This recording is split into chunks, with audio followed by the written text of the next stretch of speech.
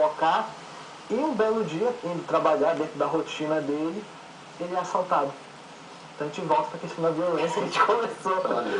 E nessa situação onde levam justamente o smartphone dele, que é a chave que ele tem acesso a todo esse mundo virtual, aonde ele é senhor da sua vontade, muito mais do que no mundo real. Que apesar de Paulo Afonso, plugado no universo virtual, ser uma pessoa que você percebe pela própria narrativa, vai demonstrando, é uma pessoa que tem um certo poder aquisitivo e tudo mais, ele se sente mais à vontade no universo imaterial do que no material.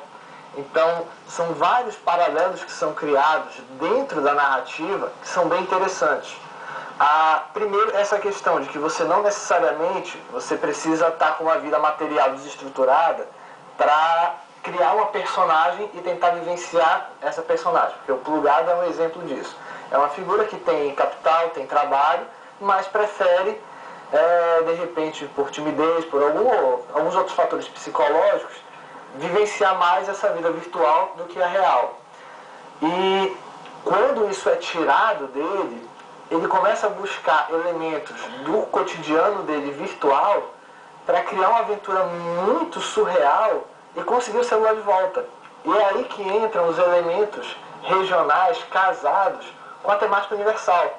Porque você tem um curta gravado em Belém do Pará, em HDV, esse curta tendo uma linguagem diferenciada, porque a linguagem é toda feita em caixas de texto que aparecem na tela.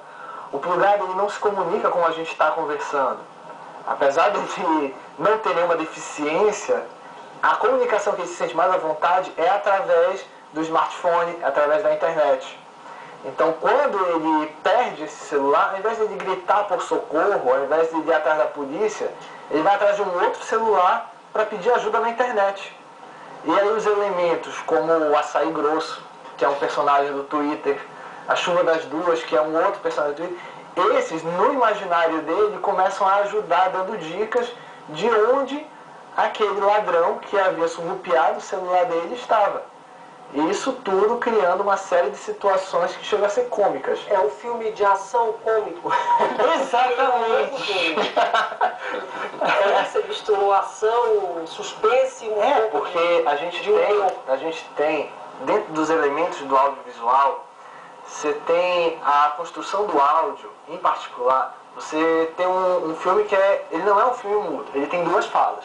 É muito engraçado. Essas caixas seriam tipo legenda, então, que aparece? Não, elas não são, elas são no formato de legenda, mas são caixas de texto que aparecem igual como quando você está em interação com essas redes sociais, que aparece a foto da pessoa, o texto e a procedência de onde está vindo. Então, são imagens que são inseridas através de computação gráfica na tela, e é ele interagindo com a internet e ele interagindo com outras pessoas para conseguir o objetivo que é ter o seu celular de volta, o seu smartphone.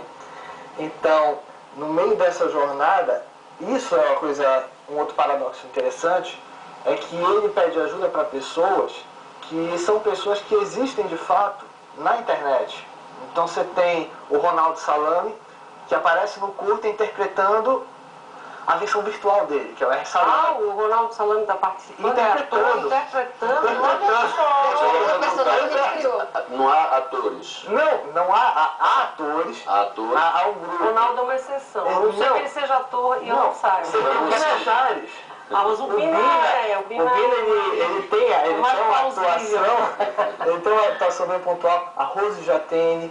Então você tem várias pessoas que são pessoas que criaram suas personagens no universo virtual, que foram convidadas para interpretar essas personagens dentro do curta. Muito bom. Então, e aí você tem a figuração, que é formado, a figuração em si, ela foi convidada pela internet. Então a gente foi buscar pessoas de dentro da internet paraense, desse meio, para estarem participando, e você tem um grupo de atores que estão no casting principal, que esses atores, eles vivenciam outros personagens que foram os personagens são criados. Atores mesmo profissionais. Isso, e que Agora são... eu fico pensando como é que é não é?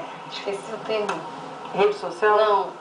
Os que não são principais, os figurantes, uma figuração dele próprio. Não, porque aí é uma figuração também na internet, porque a pessoa não aparece. Não, você tem as duas situações. A pessoa aparece, mas aparece interagindo com o seu smartphone, com o seu celular, de como ela é no cotidiano. Entendeu? Aparece a imagem da pessoa com o telefone teclando. Interagindo com a personagem principal. Então a gente traça realmente esse paralelo, essa brincadeira entre não é a realidade do mundo real, é a realidade do mundo virtual com a realidade da ficção.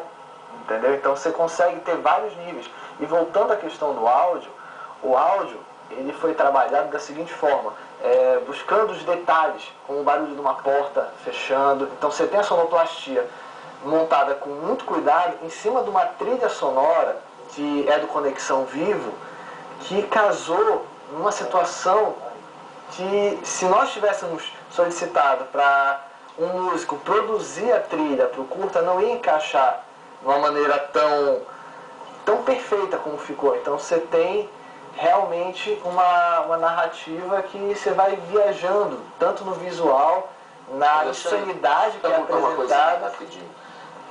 Aparelhagem para fazer tudo isso, você tem tudo?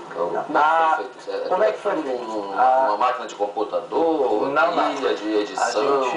A gente tem equipamento dentro da produtora, equipamento profissional, sim, de cinema HDV, e a gente teve também o apoio institucional da Amazon Filmes, que a gente tem uma parceria com eles, então Grua, Traveling, isso nos foi cedido pelo Cassim, que agradeço ao Cassim, que é um parceiraço nosso.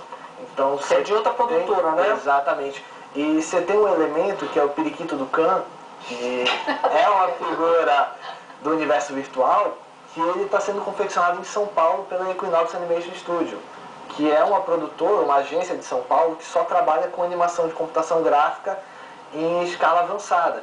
Então, esse periquito em particular ele vai ser todo 100% computação gráfica, é um personagem do universo virtual que vai entrar na ficção através de animação, e uma animação com um nível muito, então, muito não bom. está pronto o filme? Não, a gente já concluiu a parte de gravação, a gente hoje está no processo de edição, a gente já fez a primeira montagem e já fez a montagem de áudio. A gente está esperando a finalização da computação gráfica do Periquito do Khan e a computação gráfica 2D, que é a inserção das caixas de texto, de algum outro ajuste visual, de efeito visual. Mas aí vocês têm uma previsão de lançamento do filme? Sim. Como é que vai ser o circuito? A gente vocês vão conseguir uma distribuição nessas salas comerciais? Na primeira quinzena de junho, a gente tem um lançamento que vai acontecer no Cine Teatro Maria Silvia Nunes. Então, espaços... 15 de junho? Não, na primeira quinzena de junho. Junho? Isso. Tá. A gente já está em conversa com a Gabriela, que é uma das responsáveis pelo Pará 2000. Tá. E administra a Estação das Obras. Exatamente. A gente está só fazendo justamente esse ajuste de data, mas é um espaço que nos acolheu, é um espaço que tem todo o aparato para fazer uma exibição, e essa exibição vai ser em alta definição, porque a cópia que a gente vai gerar, a primeira cópia matriz vai ser em HDV, e a gente vai poder exibir lá com qualidade de áudio e qualidade de vídeo, seguindo o padrão que a gente entende como o ideal pela obra. E a Vivo, ela tem uma proposta de trabalho, que isso daí realmente eu não posso nesse momento colocar, mas eu sei que eles vão fazer uma distribuição de DVDs do material, e fora isso, participação em festivais. Era isso que eu ia te perguntar, porque eu li no release que vocês estão fazendo, não é tradução, mas fazendo em vários idiomas, versões em vários idiomas. Porque o que acontece, justamente por essa temática, a gente tem colocado essa linguagem em caixas de texto, a gente vai conseguir fazer uma coisa que é muito mais do que legendar. A gente vai criar versões em francês, em espanhol, em inglês, e quando a gente encaminhar para os festivais, vai ter também essa situação da pessoa não ler uma legenda simplesmente. Ele vai ter uma versão inteira do projeto naquele outro idioma. Alexandre, é teu primeiro trabalho como diretor, não? Não. Como diretor, eu já havia feito outras produções, mas fechado na parte de documentário. Então, ficção realmente é a primeira ficção que a gente concretiza, trabalha e se vivencia várias realidades. Aí não, aí foi você dar vida a um projeto, a um papel, você pegar uma situação que está na tua cabeça e você vê-la se materializar a cada dia, em cada externa, em cada situação. Então, são dois pontos extremamente prazerosos. Mas muito diferentes. Exatamente, mais diferentes, porque você está lá registrando uma realidade, onde você Qual pode foi o documentário interferir. A gente Lentes do Círio, que inclusive foi formatado em cima de um tripé da cobertura do Círio através da Funtelpa. Então, a gente cobriu, na época, em 2005, a gente cobriu esse particular, porque a primeira vez que eu trabalhei com o Círio foi em 2000 como fotógrafo. Uhum. E a primeira coisa que me chamou a atenção foi, estávamos todos em cima do Solar da Beira, e isso fotógrafos de todo o Brasil. Quando a gente viu a Santa, os fotógrafos de fora, todos pararam olhando, e a gente começou a fazer sinal da cruz, e alguns amigos nossos espíritas, e era uma coisa engraçada, porque todos que estavam trabalhando na cobertura sentem uma situação. Cobrir o Círio é uma coisa única.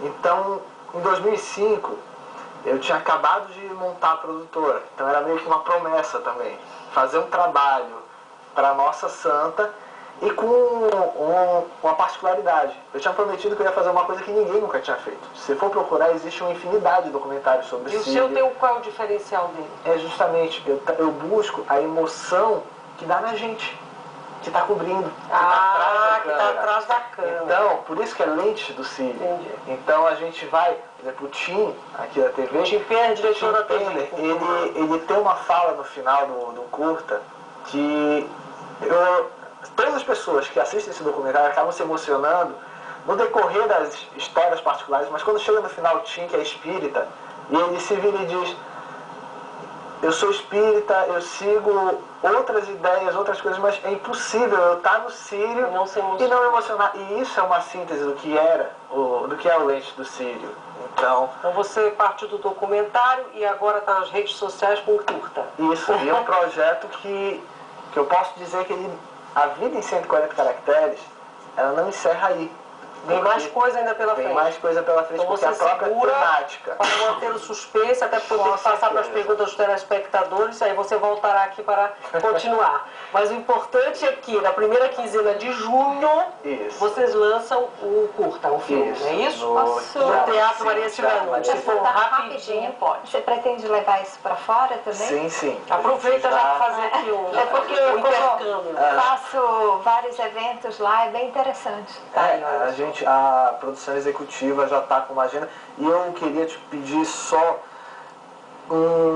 bem brevemente, só para agradecer mesmo ao pessoal que entrou de cabeça nessa história. Pode agradecer. Que foi a Priscila, o Vlad, o Denis, a Márcia, a Grazi, o Azul, o Pedro, a Berna, Sol, o Wallace, Valéria e Carol. Essa foi a equipe que uns se conheceram pela TL, outros já se conheciam há um bom tempo e se reencontraram, e outros sempre estiveram juntos.